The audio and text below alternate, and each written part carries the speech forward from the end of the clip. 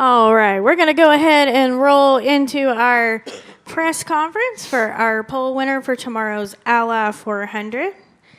Ross Chastain, who also spent a little bit of time with us earlier today. Ross, so you're going to get a double dose of this opportunity here in the Media Center. So thanks for joining us. If you don't mind, just take us through that lap. You mentioned earlier today about how strong you felt your car was, and you guys were able to back that up during qualifying. Yes, ma'am. Yeah, it's round one for us over the last 2 years with the new car has been relatively, at times strong. Definitely qualifying as a whole has not been my strong suit in my life. So a lot of work has went into it, and not a lot of payoff, not a lot of reward. So even the times that we do tie together round one, I've never been able to put round two together in a way that I'm proud of, that I feel like I did right. So I usually overdrive, and when I should just go the same speed or a little slower even and be fine, I usually slow down even more because I try to go faster. So today was all about minimizing the loss, and round one was I felt pretty good. I overslowed turn one, basically just slowed down too fast in turn one, and then wanted to make that better. I have no idea if I actually did. I haven't looked at any of the information and data. We're pretty pumped up that we got this pole, and I know that I didn't mess it up too bad, obviously. I ran basically the same lap time, which was really challenging with it getting hotter and second lap on tires. All right, we'll go ahead and go to questions. We'll open up with Holly. We'll go to Jeff, Bob, and Lee. Go ahead, Holly. Thanks. Hi, Ross. Holly Kane with the Nascar Wire Service. You had a really good lap. I mean, a mile an hour faster than everybody else. But could you talk about what this means for Trackhouse, this being the first pole for them and it being your first pole professionally, which surprised me a little bit. I had to go back and look that up. But just talk about that, too. Yeah, look, we're in Nashville. This is where Trackhouse was formed. It was started here with Justin living here, and we are Nashville's team. And so with the Tootsies group, with Steve and everybody, it's incredible to have it happen here is amazing. For me personally, it's amazing that it hasn't happened before with as strong as Daniel is at qualifying. And I've always, since I've become teammates with him, at road courses, my margin is 0.2. If I'm within 0.2 of Daniel, I'm pretty happy. At intermediates and stuff, then we're kind of 100th for 100th with each other, and we saw that in round one. So for me, it's been a labor of a lot of work and schooling personally to try to be better. And we did a mock run yesterday just to keep working at it. It's not necessarily the best thing to do for race-wise, but my team has put a lot of work into me. My engineers have tried to explain, and they've done a really good job of explaining where I went wrong in the past, even in times I wasn't driving the one car, it was with other teams, and they've looked at that and tried to understand my philosophy when we go to qualifying, which has generally been more gas, less brake, just go faster. And that doesn't always work. Most of the time it doesn't work. So they've been on me to literally, as simple as it sounds, less gas, more brake, earlier brake, later on throttle, and let the car work. And I've struggled with this qualifying, single lap. Like if we have 2 laps, I would say my numbers were probably a whole lot better. Group qualifying, when we had like minutes to go, I could take a couple laps and I'd be really good. 1 lap, come to the green, and checkered is been so frustrating for me for my entire career, and definitely in NASCAR. So it's so rewarding right now. It's like this is a day that I will never forget. All right, we'll go to Jeff. Right here, go ahead. Yeah, Jeff Hood Racing today. Ross, first pole means you're going to get the coveted P1 pit box. Expectations, how big of an advantage will that be at a place like Nashville? I don't know. I've never been there. I've never gotten it in Cup, especially, and I have no idea. I'm gonna have to go, and Trackhouse has never had it either. So we do our pit road studies every week, and we know the numbers and the math, and we're gonna have to go and whatever pit box is best is, I'm assuming it's going to be the first one, but that's up for Phil Surgeon and our group at Trackhouse and GM to decide. But I have no idea what it's going to be like, but it feels pretty good right now. All right, we'll go to Bob.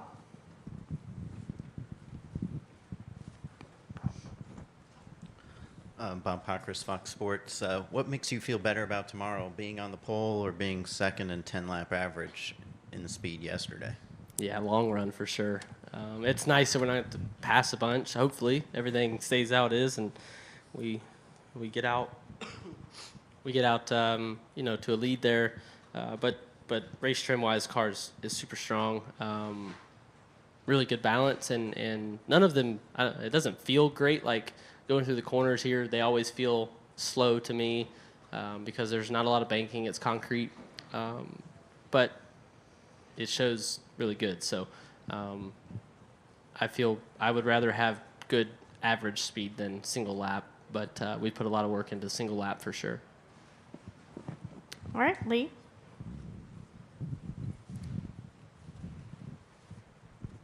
Congratulations.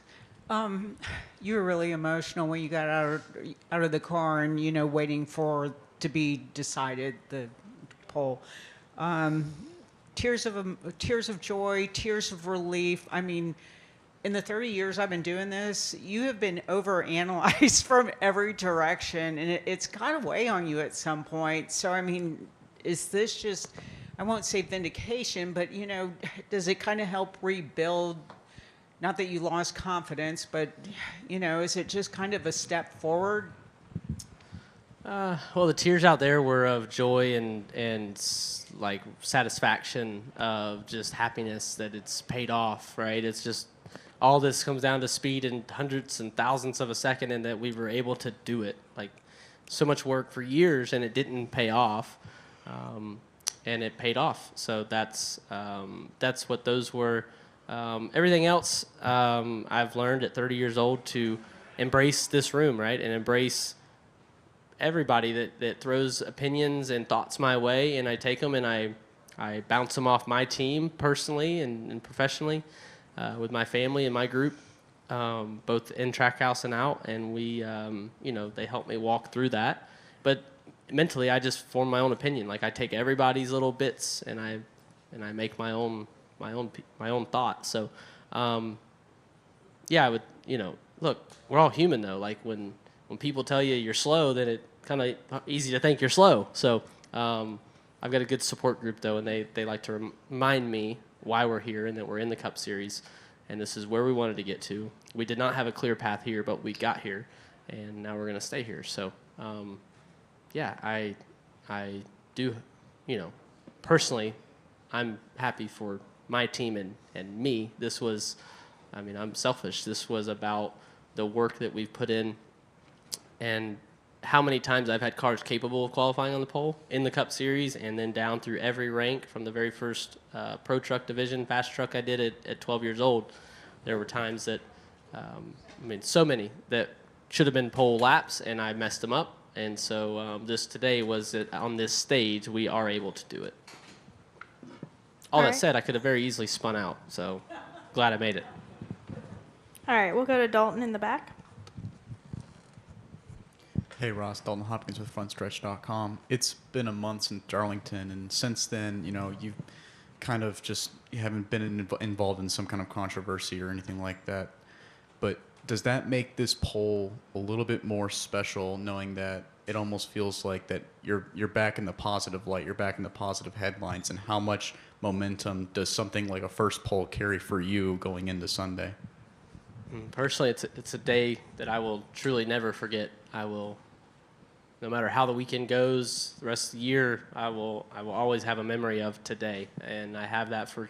We all do. We all have key, core memories in our lives and in our minds. So, I don't really know how this changed. What this puts for publicly and spotlight and all that. I'm me, and Trackhouse gets the good and the bad, and our sport as a whole gets me for who I am.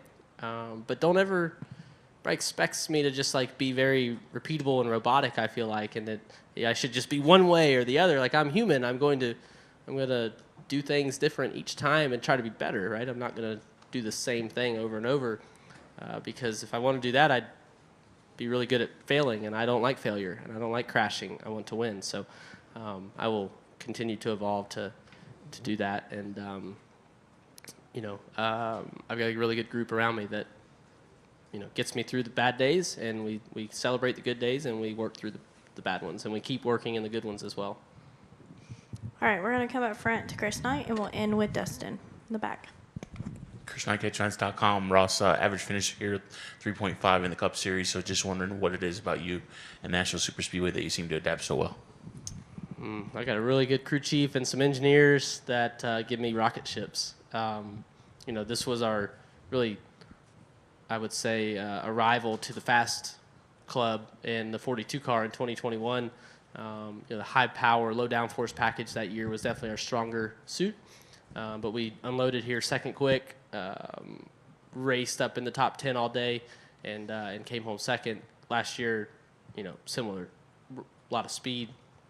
Thought we had a pole qualifying, car, and I went 2.5 miles an hour too fast through turns 1 and 2, and I got tight and I slid up and I lost 0.2. Like I tried to go too fast. So today was all about keeping that speed down in the critical parts, and then obviously going faster in the whole lap, but giving up some to gain it back later. So we've had speed all 3 years.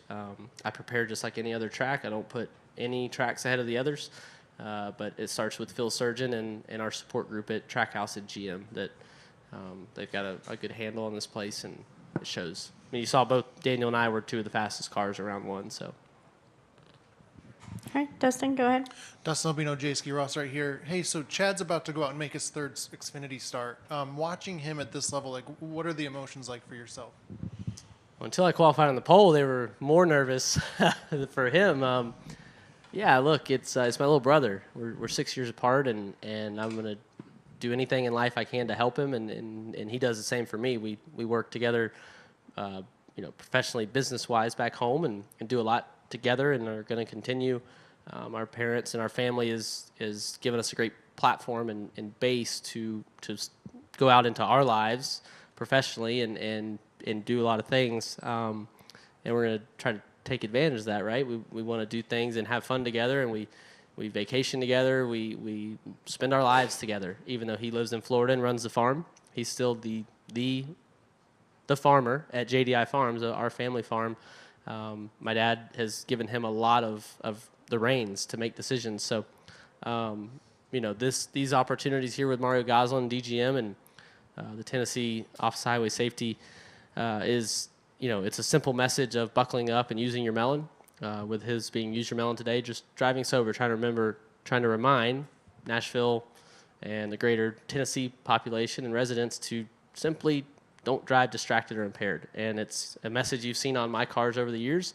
And if I can pay that forward to him and give him that opportunity, my family gave me opportunities, and then now we can do that for him. I will not apologize for that at all. And he's a pretty darn good little race car driver. To go out there and qualify 22nd today is incredible. I've really had to, try to slow him down. His first couple of starts were on the gas, not too different. He's watched me, so he has watched me from when he was 6 years old, when I was 12, and I started racing, and he's followed the same path. It just didn't work out at 18 years old to get him in. Now at 24, there's opportunities. And now he's learning on the stage. He hasn't been racing a whole lot. He's been working. So I'm proud of him. I'm proud of the progression and the, just the small steps. Now he gets to go and sweat a whole lot and slide around and work with Mario. It's so cool that we're getting to work with Mario. I get to drive for him, and so does Chad. He's just lives in Florida. Mario lives in Florida, runs a team out of Lake Wales.